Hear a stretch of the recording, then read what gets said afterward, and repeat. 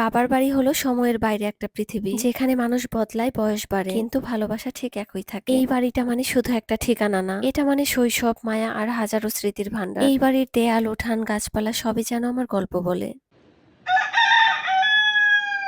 আসসালামু আলাইকুম, কেমন আছেন সবাই? লিজেন্ডার লাইফ অফ নিপা ব্লগে আপনাদের সবাইকে স্বাগত। আজ অনেক সকালে ঘুম থেকে উঠে গিয়েছি। গ্রামে এলে খুব সকালে উঠে গ্রামীণ সৌন্দর্য উপভোগ করতে খুব ভালো লাগে। আকাশ তখনও হালকা ধূসর, বাতাসে শিশিরের গন্ধ। ছোটবেলার মতো মনে হলো ফুল কুড়াতে যাই। শরতের শেষ আর হেমন্তের শুরুতে এই ফুল কুড়ানোর আলাদা একটা অনুভূতি ছিল। প্রতিদিন ছোট্ট একটা ঝুড়িতে করে শিউলি ফুল কুড়িয়ে আনতাম, তারপর বারান্দার একপাশে বসে সেগুলো দিয়ে মালা গেঁথে রাখতাম। ফুলের মালা মাথায়, গলায়, হাতে দিয়ে সাজতাম। সেই সময় ফুল দিয়ে সেজে নিজেকে নিজে ফুলপুরি ভাবতাম, কারণ ফুলপুরি আসলে কেমন হয় সেটা আমার জানা ছিল না। তারপর শিশির ভেজা ঘাসের উপর দিয়ে হাঁটতে হাঁটতে মক্তবে চলে যেতাম। ছোটবেলার সেই সকালে কেউ ফুল কুড়াচ্ছে, কেউ হাসছে, কেউ দৌড়ে যাচ্ছে। সেই সরল সকালগুলো এখন শুধু স্মৃতিতে আছে, তবু মনে হলে একটা উষ্ণতা অনুভব হয়। আজকে সকালে যখন ফুল তুলছিলাম মনে হলো সময় বদলেছে, মানুষ বদলেছে, কিন্তু ভোরবেলার এই মায়াটা এখনো ঠিক আগের মতোই আছে। সেই সময়টাই ছিল জীবনের সবচেয়ে নির্ভেজাল সুখ। আজকে সকালবেলাটা আমার খুব সুন্দর কেটেছে। অনেকগুলো ফুল তুলেছি, এরপর আম্মুর হাতের আদা চা খেয়ে একটা বই নিয়ে বসেছিলাম। আমার রবীন্দ্রনাথ ঠাকুরের বই পড়তে ভীষণ ভালো লাগে। আম্মুর বুক শেলফে আমি অনেকগুলো রবীন্দ্রনাথ ঠাকুরের বই রেখেছি। যখনই এ বাড়িতে আসি তখন বইগুলো পড়ি। এই বাড়িতে বসে আমার প্রিয় কবি রবীন্দ্রনাথ ঠাকুরের বই পড়তে একটু বেশি ভালো লাগে। আম্মু সকাল সকালে অনেকগুলো ভর্তা দিয়ে গরম ভাত করেছে। যখন আমি ঢাকায় থাকি ধোয়া ওঠা গরম ভাতের সাথে ভর্তাগুলো খুব মিস করি। আম্মু আমার পছন্দের অনেকগুলো ভর্তার আয়োজন করেছিল, আর সেটা আমি কলাপাতায় খেয়েছি। কলাপাতায় থাকে এক ধরনের প্রাকৃতিক মোম জাতীয় পদার্থ, যেটাকে বলে পলিফেনলস।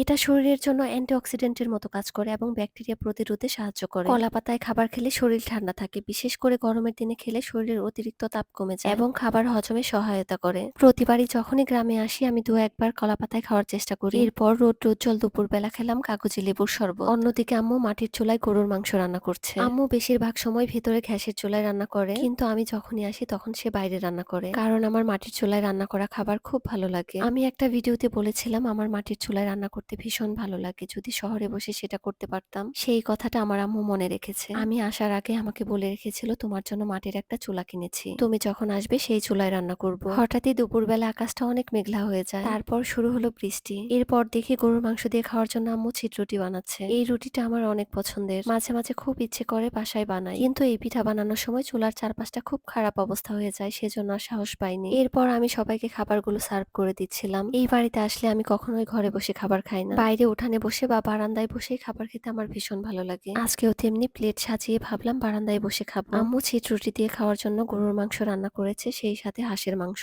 এটা হাঁসের মাংস দিয়ে খেতেই বেশি ভালো লাগে। তারপর প্লেট হাতে নিয়ে চলে গেলাম বারান্দায়। সেই সময় অনেক বৃষ্টি পড়ছিল, বৃষ্টির তালে তালে আম্মুর হাতের পিঠা খেতে খুব ভালো লাগছিল। ছোটবেলায় সব সময় আমি বারান্দায় বসে খাবার খেতাম। আজকেও যখন বারান্দায় বসে খাচ্ছিলাম তখন মনে হলো ছোটবেলাটা হারিয়ে গেলেও তার স্মৃতিগুলো এখন আমার সঙ্গে বেঁচে আছে। বারান্দায় বসে আছি, অনেক বৃষ্টি হচ্ছে, বাতাস বইছে, আর সাথে ভেসে আসছে আম্মুর রান্নার সুবাস। প্রতিটা লুকমায় মনে হচ্ছিল এটাই আসল সুখ। এই ঘরের খাবার, এই মায়ের হাতের রান্না, এই সকালটাই জীবনের সবচেয়ে শান্ত সকাল। এরপর বিকেল বেলা আম্মু আমাদের জন্য নারকেলের পুর দিয়ে সিদ্ধ কুলি বানাচ্ছে। মায়ের হাতের পিঠা খাওয়ার মজাই আলাদা। আমাদের মায়ের মতো এত গুণে গুণান্বিত কবে যে হতে পারবো। এরপর বৃষ্টির সন্ধ্যায় আম্মু আমাদের জন্য গরম গরম পেঁয়াজু রেডি করছে, সাথে বেশি করে ধনেপাতা দিয়ে মুড়ি মাখা। ভিডিওর এই পর্যায়ে এসে আপনাদের একটা অনুরোধ করতে চাই, আমার ভিডিওগুলো আপনাদের যদি ভালো লেগে থাকে তাহলে অবশ্যই আমার পেজটি ফলো করে দিবেন, লাইক কমেন্ট শেয়ার করে পাশে থাকবেন। আর আপনি যদি এই কাজ অলরেডি করে থাকেন আপনাকে অসংখ্য ধন্যবাদ। আমার কাছে সবসময় মনে হয় সুখ মানে বিলাসিতা না, সুখ মানে বাবার বাড়ির আদর, ভালোবাসা আর মায়ের হাতের মজার মজার রান্না।